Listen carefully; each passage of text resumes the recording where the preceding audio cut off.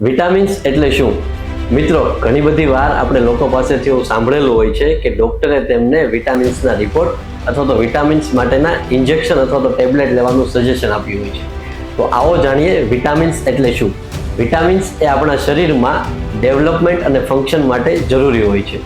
Vitamins બે પ્રકારના હોય છે, એક વોટર સોલ્યુબલ વિટામિન્સ અને બીજું fat soluble vitamins. Water soluble વિટામિન્સમાં વિટામિન બી અને વિટામિન સી નો સમાવેશ થાય છે. વોટર સોલ્યુબલ વિટામિન્સમાં વિટામિન બીમાં B1, B2, B3, B4, B5, B6, B8, B9 અને B12 નો સમાવેશ થાય છે.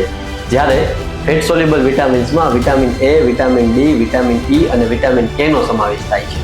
જનરલી વિટામિન B12 અને વિટામિન ડી જે છે એ આપણે જરૂરી હોય છે અને ડોક્ટર આપણને વિટામિન B12 અને વિટામિન ડી જે છે એનું સજેશન કરતા હોય છે. Thank you.